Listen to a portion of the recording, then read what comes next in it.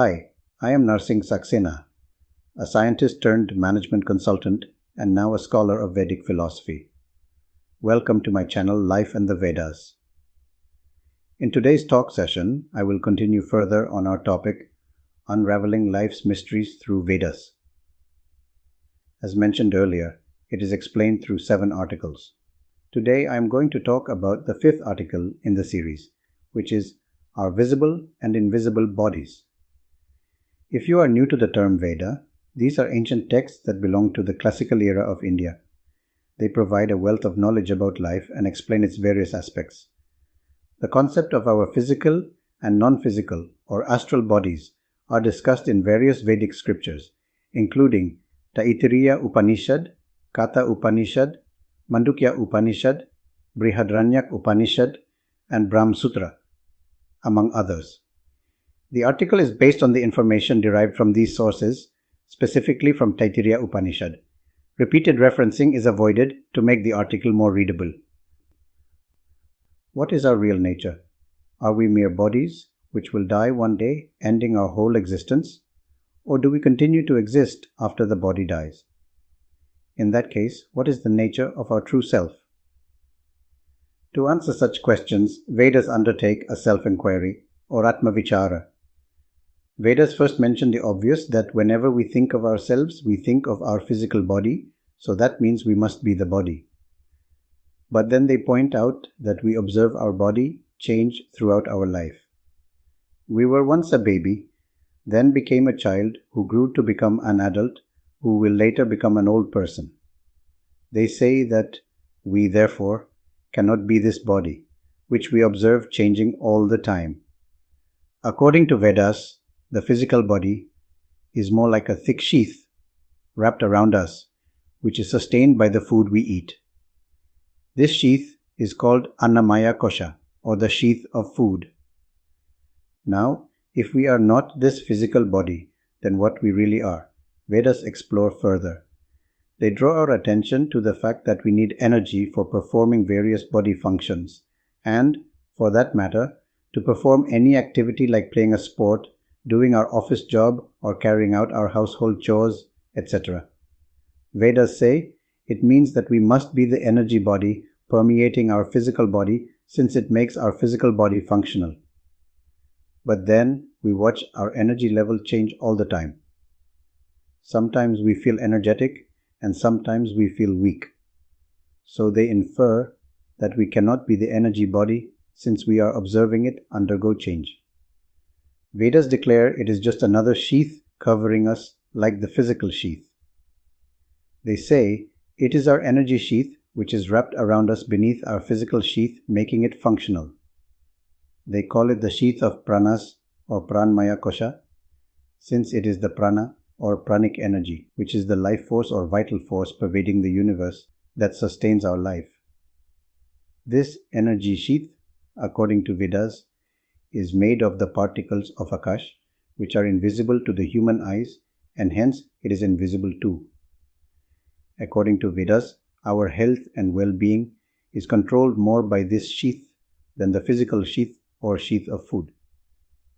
We experience breathing, hunger, thirst, strength, weakness, good health, sickness, etc. in this sheath. Vedas continue exploring who we really are. They notice that although energy is needed to perform a body function, who issues the order to the body to perform that action? They say that it is our mind that does it. In that case, we must be the same as our mind.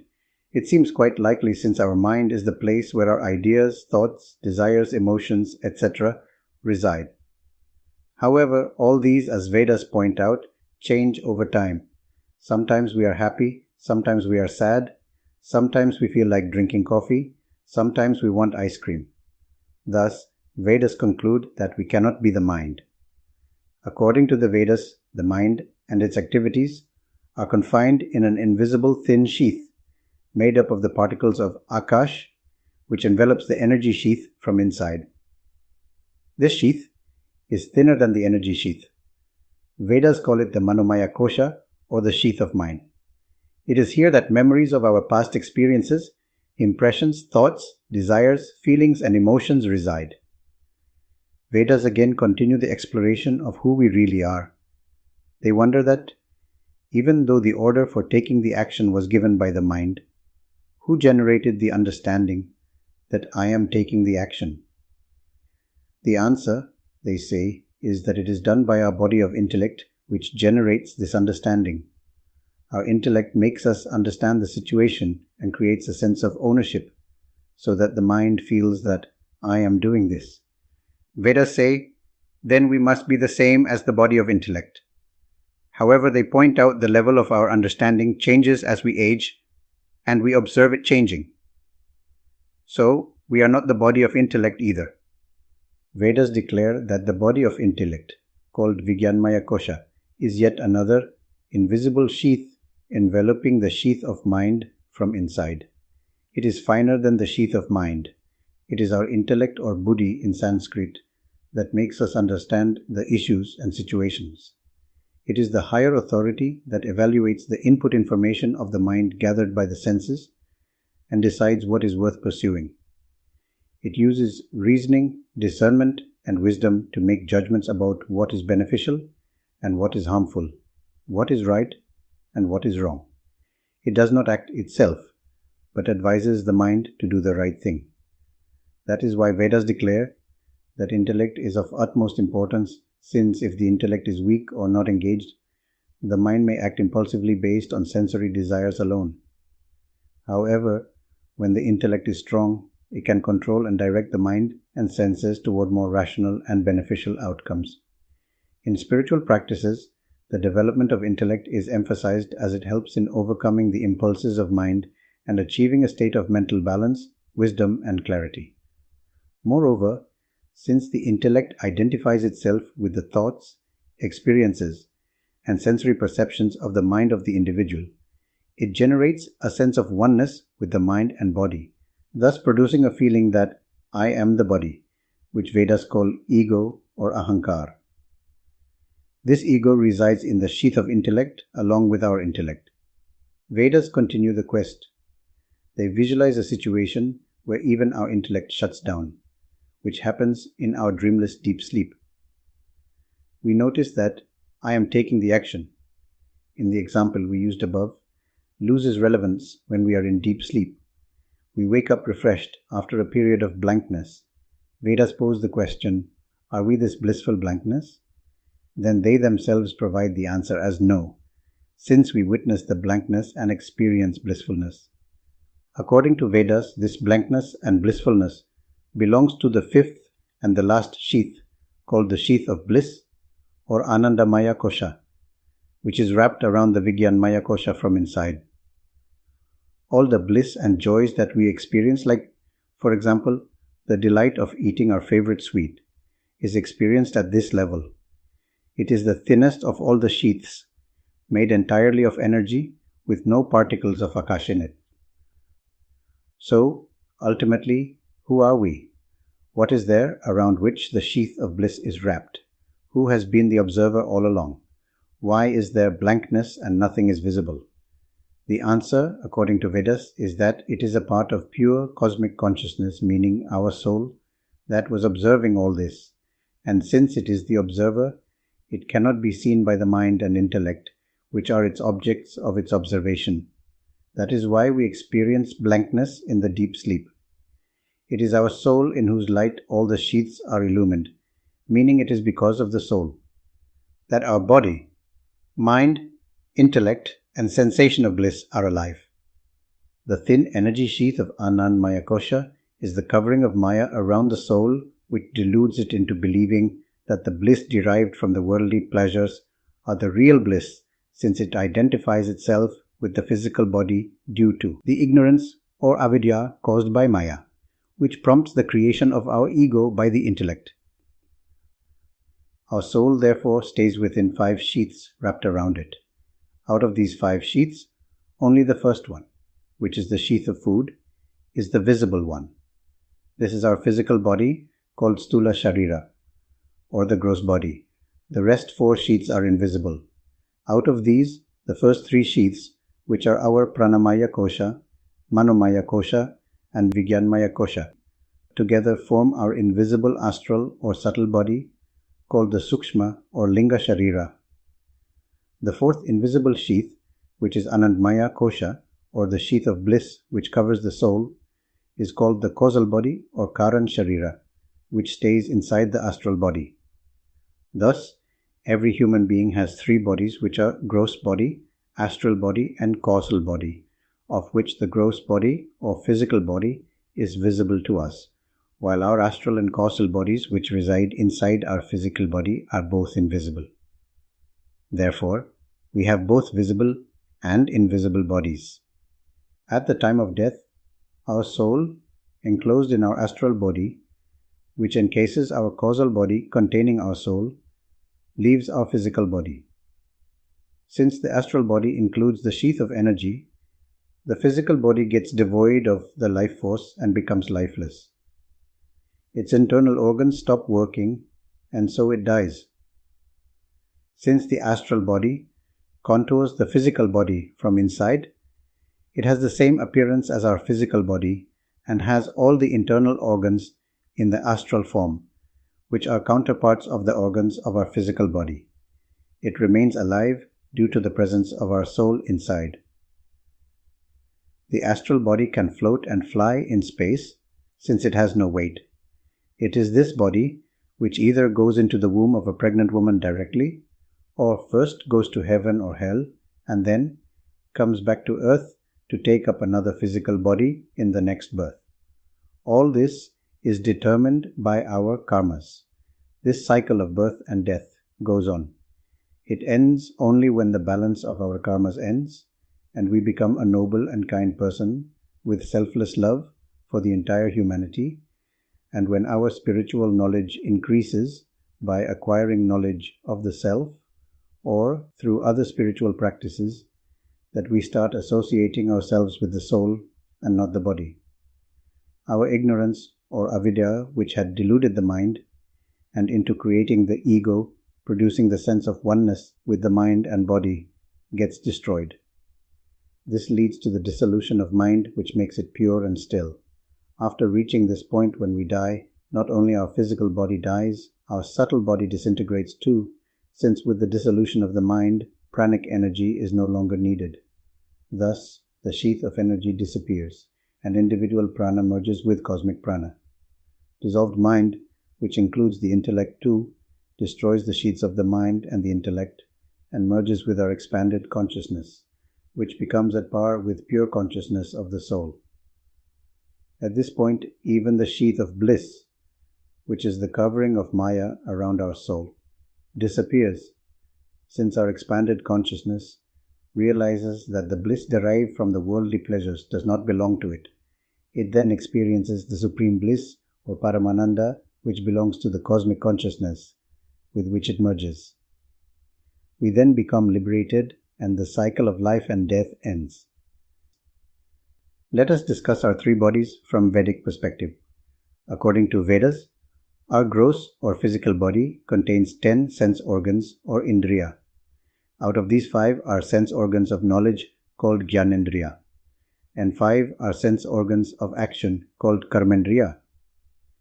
The sensory organs of knowledge are the entrance doors to our body. Through these we collect information from the outside world. These sensory organs are eyes, ears, nose, tongue, and skin. Through these we see the world, hear the sound, smell the aroma, taste the food, and sense the touch.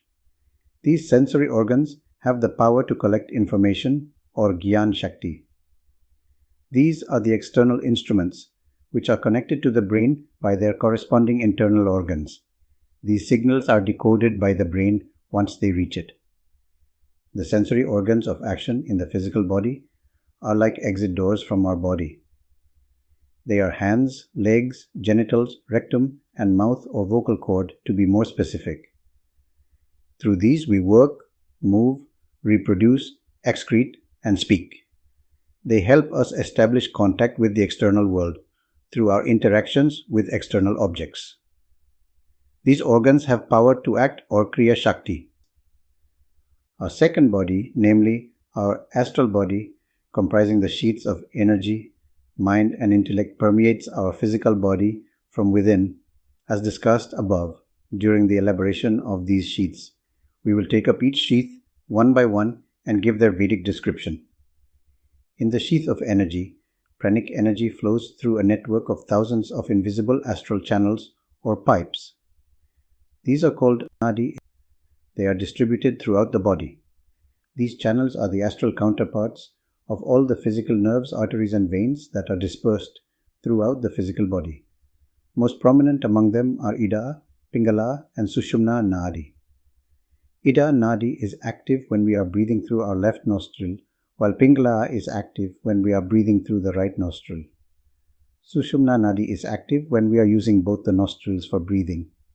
Since the energy sheath supplies pranic energy to both the physical and astral bodies, it is instrumental behind every action, whether physical or mental. Whether we are working in the office or working out at the gym, we are operating through the base support of pranic energy. Our thoughts are the finest and highest form of pranic energy. Even our reflex actions take place due to this force. Pranic energy is also instrumental in the functioning of our internal organs. The most apparent example of this is our breathing process. Pranic energy activates the respiratory control center located at the base of the brain at the time of birth. This center sends signals to the muscles involved in breathing. These signals enable our breathing muscles to contract and expand periodically, making the breathing function to happen, which keeps us alive by supplying oxygen to our blood through inhalation and removing carbon dioxide taken off from impure blood through exhalation. Although the same prana or pranic energy flows throughout the body, depending on its location in the body or its function, it is subdivided into 5 categories called pancha pranas or 5 prana types. First category of pranic force is called by the same name, that is prana. It is known as prana vayu. Vayu here does not mean air or gas. It means force in motion. Prana vayu controls all the vital functions of the breathing mechanism, the intake of energy and sustaining of life. It is centered in the head and in the chest area around our lungs and heart. The second type is called apana vayu.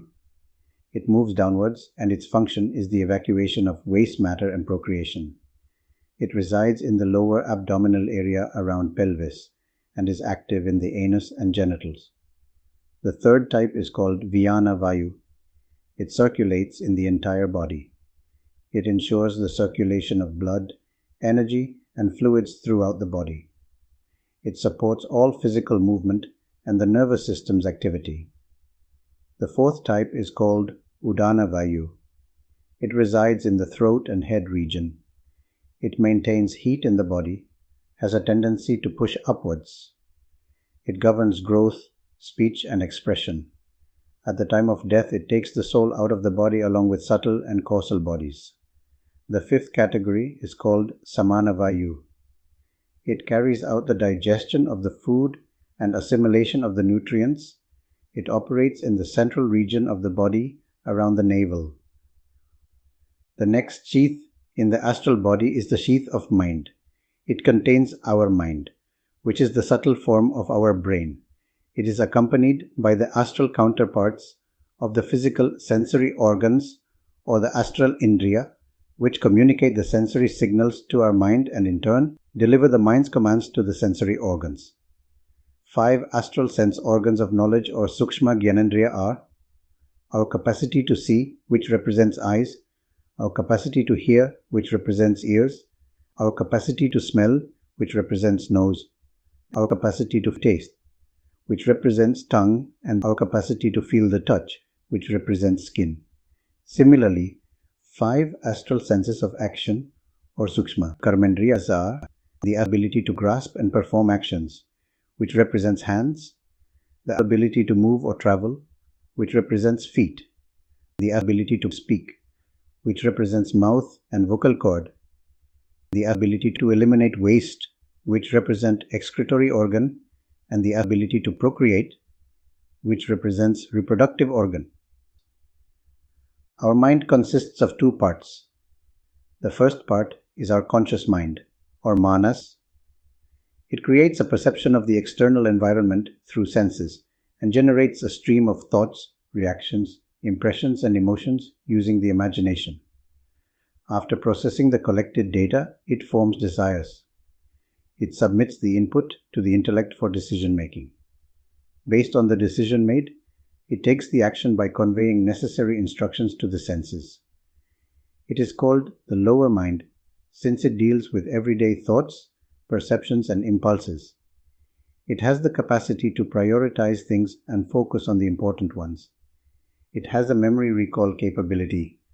The second part of mind is our subconscious mind, or chitta, which is the manifestation of our bonded soul. Although our soul is a part of the cosmic soul, or Paramatma, which is the pure cosmic consciousness, due to its association with the body, it loses its cosmic nature and becomes our individual consciousness or individual soul or jivatma, limited only to our own little world. Individual consciousness is, therefore, essentially a reservoir of our life's memories. All the information in the mind is stored at two levels. The first level is the level of the conscious mind.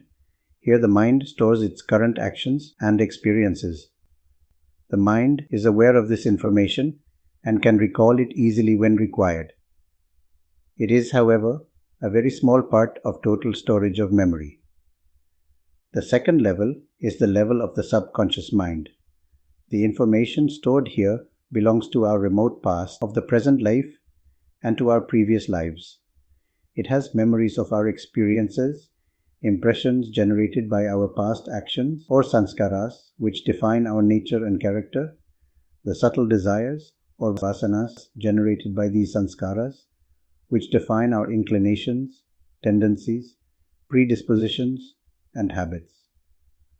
Both sanskaras and vasanas keep sending ripples in the conscious mind. These mental fluctuations are called vrittis, which make our mind restless since they constantly drive us into fulfilling the whims of our mind. Calming the mind, therefore, becomes necessary for making our life disciplined and meaningful. It is required for our spiritual pursuits too.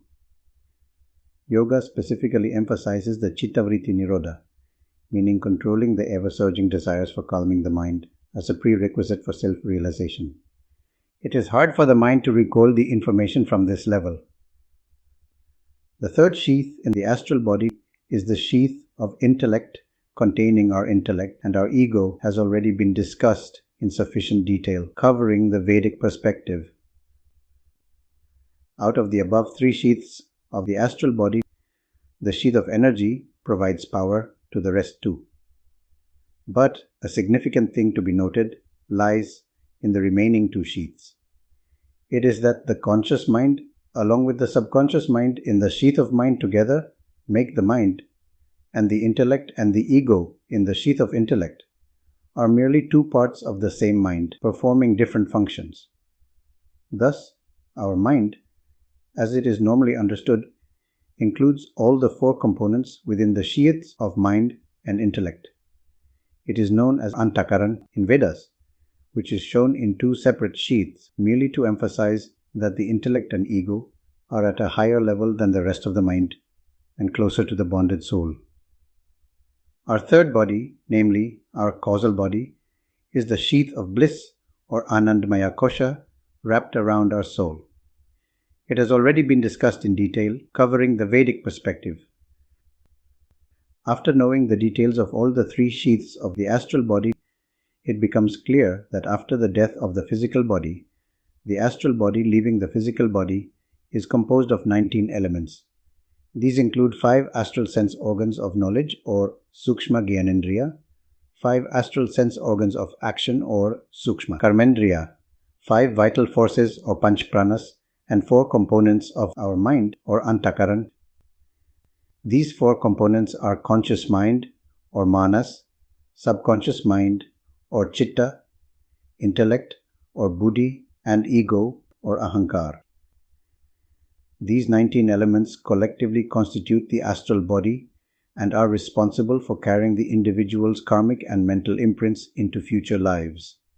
After physical death, the astral body continues to exist with these elements, which encases our causal body containing our soul, undergoing experiences in different realms or being reborn until the soul attains liberation from the cycle of birth and death.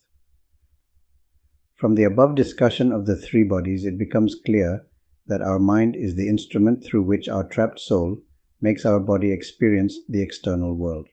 Since the information belonging to the bonded consciousness is stored in the mind, it can be considered as a mirror that reflects our bonded consciousness. The reason why bonded consciousness but not pure consciousness is reflected in the mirror of mind is threefold. Firstly, the mind is filled with impurities of our past experiences and karmas along with impressions and tendencies, called mala in Sanskrit. Secondly, it is not steady due to the fluctuations caused by our accumulated impressions and tendencies, called vikshep in Sanskrit. And thirdly, it is covered with the veil of ignorance, or avidya, called avarana in Sanskrit, which creates the ego, which in turn generates the feeling of oneness with the mind and body. Once the impurities of the mind are removed, the mind is stilled and the ignorance generated in the mind is destroyed. Through various spiritual practices, the mirror of the mind becomes clean. Then the individual can see their true nature as the pure Atma, or part of cosmic consciousness, beyond the mind, body and ego.